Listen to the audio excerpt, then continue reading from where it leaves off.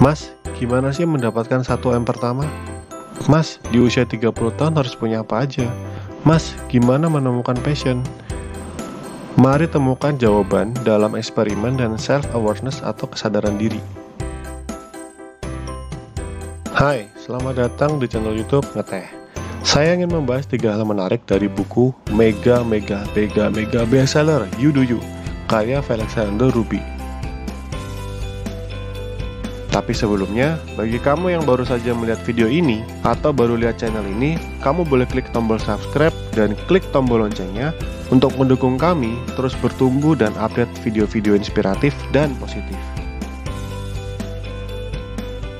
Seringkali kita mengalami kegalauan dalam menentukan keputusan hidup karena sering melihat orang lain. Padahal jawaban sebenarnya ada dalam diri kalian masing-masing. Ketika Ruby mengenal dirinya sendiri dan berhenti melihat rumput tetangga, ketika itu juga Ruby menyadari bahwa dalam hidup, karir, bisnis, dan hubungan keuangannya adalah perpanjangan dari dirinya sendiri. Yang pertama, design your life. Layaknya bumi ada musim semi, musim panas, musim gugur, dan musim dingin. Begitu juga hidup, ada musim menabur bibit dan juga ada musim untuk menuai. Ada musim kita berguru, ada musim juga kita menjadi guru. Ruby membagi musim hidup berdasarkan umur. Yang pertama, umur 20-an, 30-an, dan 40-an.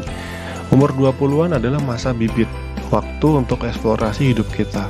Ambil pengalaman yang sebanyak-banyaknya, ikuti setiap tren yang ada dalam dunia, berteman dengan banyak orang.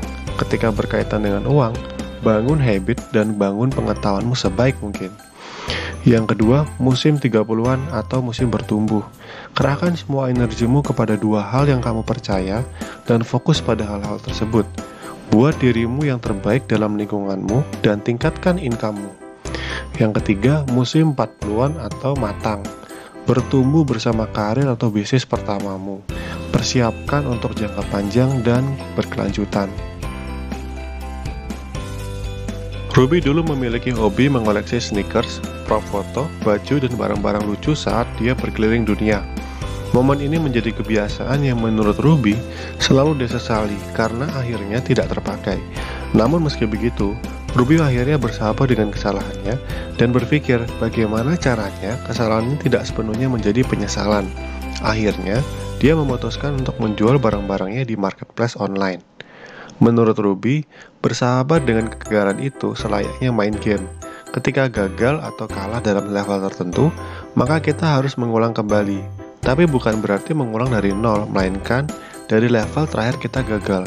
Mungkin itu bisa jadi di level 10, 15, atau 50, atau bahkan 99 yang sebentar lagi masuk ke final stage. Pada akhirnya, hal yang paling kita sesali bukanlah kegagalan karena mencoba, tapi kegagalan karena tidak pernah mencoba sama sekali. Gagal adalah bagian dari suatu proses. Di balik kegagalan, ada pembelajaran. NASA punya sebuah dokumen kumpulan kegagalan yang dinamakan Flight Rules. Isinya adalah rekaman semua kesalahan, miskalkulasi, dan error terjadi yang di masa lalu. Rekaman kesalahan ini digunakan untuk dipelajari dan dijadikan panduan yang lebih baik di masa yang mendatang. Yang kedua, building your new net worth. Net worth merupakan kekayaan bersih seseorang. Terdiri dari nilai seluruh nilai asetnya dikurangi dengan hutang. Selama 13 tahun dalam karir perjalanan Ruby, dia menemukan bahwa ukuran kekayaan bersih tidak hanya dari nominal rupiah atau uang. Ruby memperkenalkan the new net worth versi dia, di mana uang adalah buah dari 3 net worth lain yang perlu kita bangun bersamaan, yakni yang pertama adalah health atau kesehatan, di mana tanpa kesehatan, baik itu mental dan fisik, kita akan sulit untuk berkarya.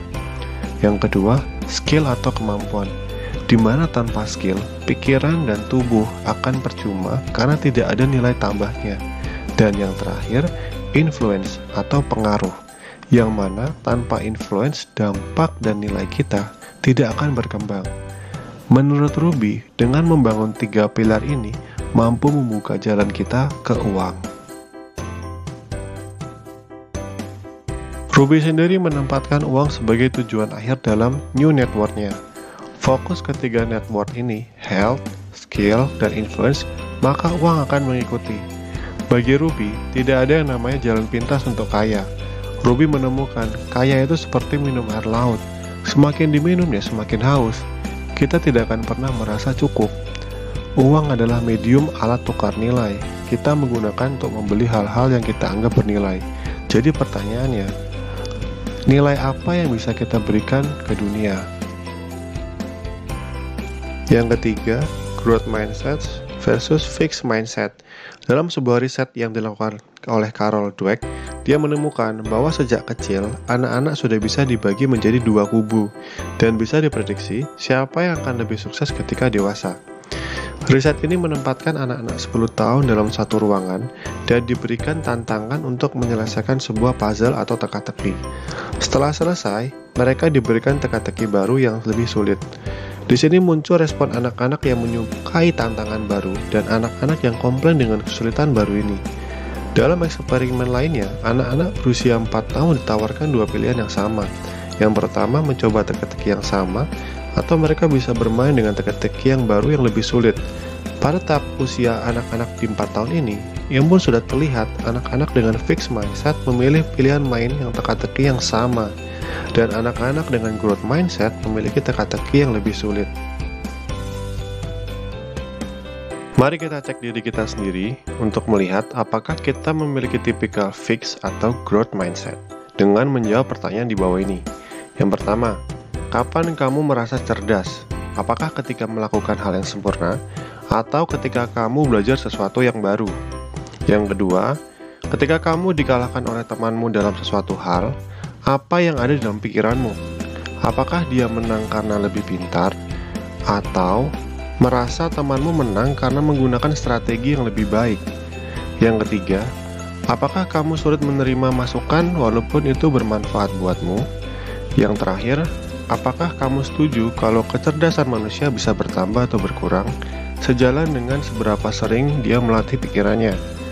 Jika jawabanmu untuk pertanyaan yang pertama adalah belajar sesuatu yang baru, dan yang kedua, menang karena strategi yang lebih baik, dan untuk pertanyaan yang ketiga, tidak masalah menerima masukan, dan yang keempat, setuju bahwa manusia bisa mengembangkan kecerdasan dengan berlatih, selamat, kamu memiliki atau mempunyai growth mindset. Dengan growth mindset, kamu tidak akan mudah menyerah terhadap tantangan. Bahkan, kamu akan menyambut dengan antusias. Kamu tidak akan takut terlihat bodoh sesaat karena buatmu selama kamu belajar sesuatu yang baru, kamu sedang bergerak maju. Kebahagiaan adalah mencintai dirimu sendiri, mencintai apa yang kamu lakukan, dan mencintai bagaimana kamu melakukannya. Jika kamu suka dengan video ini, kamu bisa memberikan like dan komen di bawah apa hal yang menarik dari buku ini, dan komen juga video apa yang ingin saya bahas di selanjutnya. Share juga agar orang-orang terdekatmu juga bisa bersama-sama bertumbuh positif. Saya Willy dari Ngeteh, sampai jumpa.